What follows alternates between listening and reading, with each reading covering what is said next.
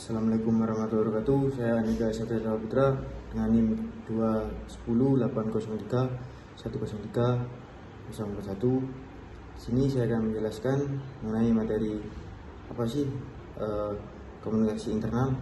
Pengertian komunikasi internal adalah komunikasi internal merupakan proses komunikasi yang terjadi antara pihak internal atau anggota dalam suatu perusahaan, baik secara formal atau non formal. Komunikasi internal ini bisa dilakukan saat rapat, seminar, dan lain-lain. Selanjutnya itu ada fungsi komunikasi internal.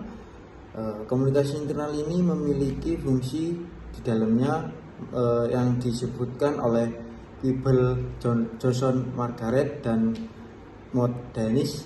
Ada 5 fungsi komunikasi internal. Yang pertama itu ada fungsi informasi.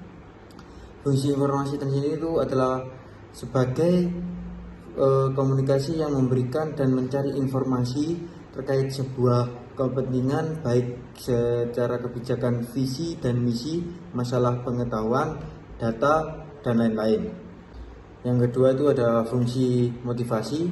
Dalam komunikasi internal ini sangat penting untuk memotivasi. Hal ini diperlukan untuk mencapai suatu hal yang menarik simpati atau minat seseorang. Dan yang ketiga itu fungsi kontrol. Fungsi kontrol sendiri itu mengacu pada penggunaan komunikasi internal untuk mengontrol dan memantau kinerja karyawan serta memastikan bahwa tujuan perusahaan itu tercapai. Selanjutnya ada fungsi emotif. Fungsi ini aktivitas berkomunikasi tentunya melibatkan emosi yang tergambar pada ekspresi wajah, gerak tubuh, dan nada suara. Dan ada perilaku juga itu termasuk. Dan yang kelima ada fungsi koordinasi. Dalam berorganisasi perlu adanya kohesi dan kesatuan, baik dalam bentuk organisasi besar, kelompok ukuran sedang atau kecil, bahkan sekelompok kecil keluarga. Semuanya memiliki perencanaan secara kolektif, merumuskan jadwal kerja atau kegiatan. Baik, selanjutnya ada tujuan komunikasi internal. Yang pertama itu menumbuhkan citra positif organisasi, kelompok, lembaga yang memiliki keutamaan transparansi serta koordinasi.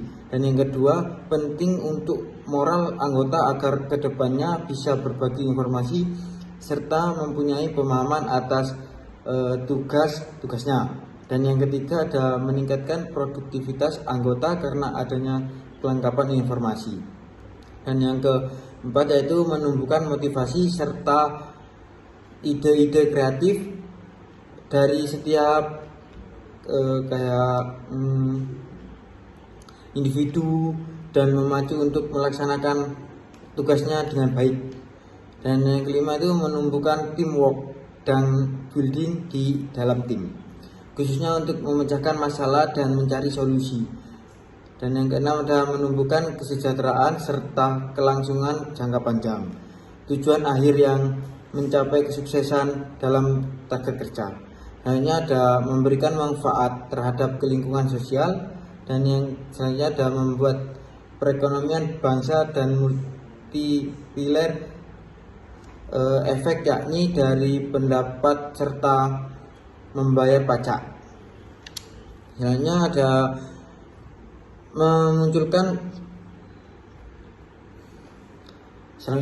memunculkan kontribusi yang maju dan baik dari pengembangan organisasi, lembaga kerja, kelompok, yakni mengurangi pengangguran.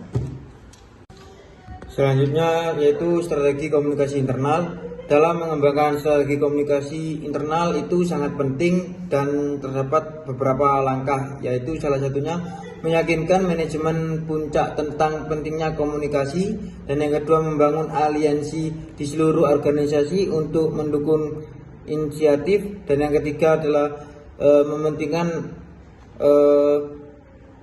target bentuk komunikasi dengan audiens menggunakan metode yang berbeda untuk karyawan dan maupun manajemen senior.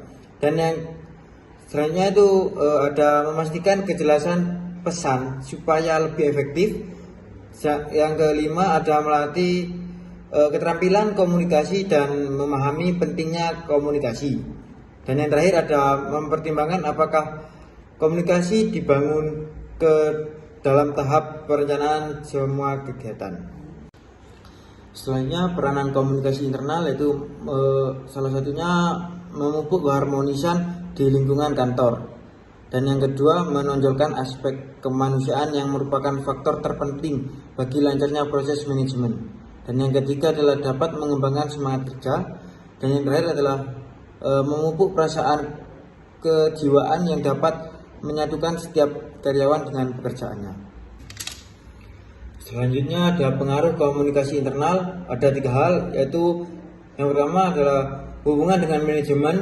Kegiatan ini untuk menjaga hubungan baik dengan para manajer di lingkungan perusahaan. Karena manajer adalah orang-orang pilihan, maka bagiannya harus dilakukan kegiatan-kegiatan yang diperlukan sebagai orang-orang yang dianggap penting. Manajer diperlukan untuk membuat, menentukan, dan mengomunikasikan keputusan mengenai berbagai kebijakan manajemen di bidangnya, bahkan mungkin di bidang umum.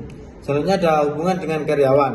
Untuk menciptakan hubungan yang baik dengan karyawan, public relation harus melakukan berbagai kegiatan untuk mewujudkan harapan suatu organisasi atau perusahaan. Karena berpegang teguh dengan hubungan karyawan diharapkan akan mengarahkan pada hasil positif, yaitu karyawan merasa dihargai oleh perusahaan. Dan yang terakhir ada hubungan pemegang saham. Seorang karyawan harus mampu membangun hubungan yang baik dengan pemegang saham dan mengomunikasikan apa yang terjadi di dalam organisasi atau perusahaan itu. Karena sebagai pemodal, mereka harus selalu transparan mengetahui perkembangan perusahaan agar dapat meningkatkan kepercayaan mereka terhadap perusahaan. Sekian dari pemaparan materi saya mengenai materi komunikasi internal. Saya Andika Syafsada Putra dengan NIM 3041. Terima kasih, mohon maaf jika ada salah kata. Assalamualaikum warahmatullahi wabarakatuh.